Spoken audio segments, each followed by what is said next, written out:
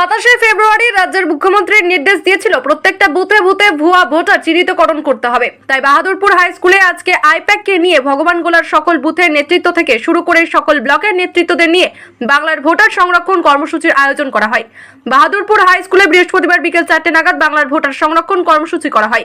এর পাশাপাশি তৃণমূলের সকল নেতৃত্বকে ভোটার তালিকা সংক্রান্ত ট্রেনিং দেওয়া হয়, যাতে এলাকায় গিয়ে সঠিকভাবে ভুয়ো ভোটার চিহ্নিতকরণ করা যায়। মুর্শিদাবাদ জেলা তৃণমূল সাংগঠনিক সভাপতি তথা কান্দির বিধায়ক অপূর্ব সরকার বলেন, ব্লকের নেতৃত্বরা যাতে সঠিকভাবে ভুয়ো ভোটার চিহ্নিতকরণ করতে পারে বা সজাগ থাকে, এই জন্য বুথ থেকে শুরু করে প্রত্যেকটা ব্লকে ভুয়ো ভোটার চিহ্নিতকরণ করার কর্মসূচি আয়োজন করে থাকে।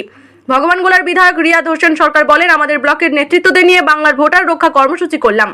এছাড়া সাংসদ আবু তাহের খান বলেন, যেভাবে দিল্লি নির্বাচনে ভুয়ো ভোটার নিয়ে নির্বাচন কারসাজি রয়েছে বিজেপি সরকার, আমাদের রাজ্যেও সেরকম প্রভাব যাতে না পড়ে সেই জন্য ভুয়ো ভোটার তালিকা চিহ্নিতকরণের কর্মসূচি করে চলেছি।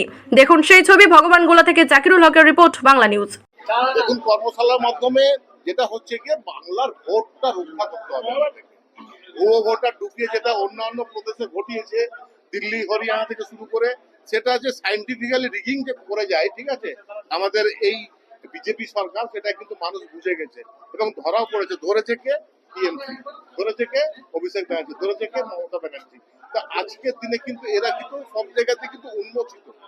এদের যে কালো যে একটা দিক আছে, সে কালো দিকটা তো পুরোটাই আজকে কিন্তু দিওয়ালাকে পরিষ্কার সবার কাছে। এবং বিভিন্ন প্রদেশ থেকে ভুয়ো ভোটার অনলাইনে, যেটা অনলাইনে ভোটার যদি কার্ড বা নাম যদি লিস্টেড করতে হয়, তাহলে পরে তাকে ফিজিক্যালি ওখানে প্রেজেন্ট থেকে অনলাইনে অ্যাপ্লিকেশন করার পর ফিজিক্যালি থেকে হাজিরা দিতে হবে। কিন্তু এটার কোনো পালাই নেই। মানে একটা এই যে বিজেপি প্লাস হচ্ছে আপনার ধরুন নির্বাচন কমিশন, মানে সমর্থক হয়ে দাঁড়িয়েছে। এরা যেটা বলবে সেটাই কিন্তু হবে। আমরা সব জায়গাতে সেটা দেখছি।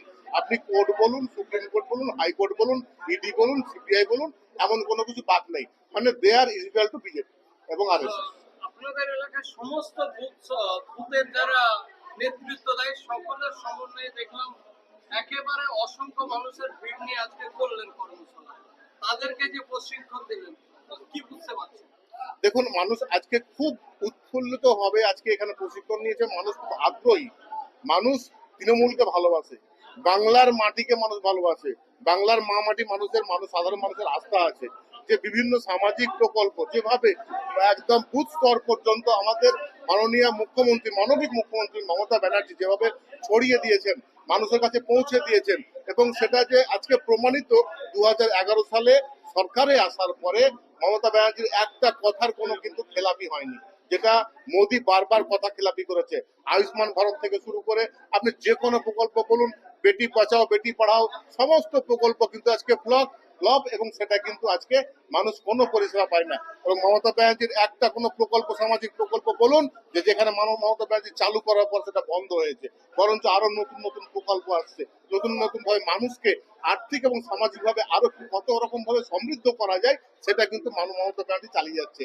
আজকে আপনারা দেখুন যে বাংলার আবাস যোজনাকে কিভাবে বিজেপি সরকার মানে করলো, মানে একদম কোন ভাষা করাতে, যাতে বাংলার মানুষ যাতে ঘর বাড়ি না পায়, 100 দিনের টাকার কাজ বন্ধ করে দিল, বাংলা আবাস যোজনার টাকা বন্ধ করে দিল। কিন্তু দিদিকে দেখুন, তার নিজের ভাড় থেকে, স্টেট ফান্ড থেকে আজকে 12 লক্ষ ঘরের অনুমোদন দিয়েছে, আগামী দিনে 16 লক্ষ ঘরের অনুমোদন দেবে, এবং 50 দিনের কাজ আপাতত নিশ্চিতকরণ করেছে প্রত্যেকটা মানুষের জন্য। তো আমরা কিন্তু তাকিয়ে নেই কেন্দ্রের দিকে, আমরা তাকিয়ে আছি দিদির দিকে। গোটা বাংলা দিদির দিকে তাকিয়ে আছে, এবং বাংলার মা, বাংলার যে মানবিক মুখ্যমন্ত্রী, তার আঁচলে, তার পরশে কিন্তু গোটা বাংলাবাসীকে মুড়িয়ে রেখেছে। আমাদের পার্টির একটা বিশেষ কর্মসূচি হচ্ছে, প্রত্যেকটা বিধানসভা ভিত্তিক ভোটার লিস্ট নিয়ে আমরা আমাদের বুথ স্তরের কর্মীদের, মেম্বারদের নিয়ে আমরা একটা সচেতনতা শিবির করছি, এবং বুথে যাতে ভোটার লিস্ট নিয়ে কোনো রকম গোলমাল না থাকে, সঠিক ভোটার লিস্ট হয়, এবং এই যে এপিক কার্ড নিয়ে যে জাল চুরি করছে ভারত সরকারের পক্ষ থেকে, সেটাকে সংশোধন করার জন্য আমাদের দলের পক্ষ থেকে যে প্রক্রিয়া নেওয়া দরকার আমরা সেটা করছি, এবং সেইভাবে গোটা রাজ্যে একটা তার প্রক্রিয়া চলছে।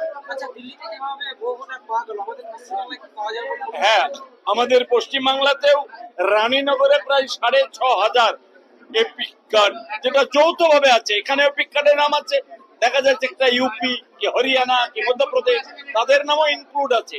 এইটা আমাদের ধরা পড়ার পরে দিল্লির নির্বাচন, মহারাষ্ট্রের নির্বাচন, এই নির্বাচনগুলো হওয়ার পরে ভোটার লিস্ট নিয়ে যে বিজেপির চরম কারচুপি হচ্ছে সেটা আমরা ধরে ফেলেছি এবং তার তৎপরতা আমাদের দলের পক্ষ থেকে চলছে।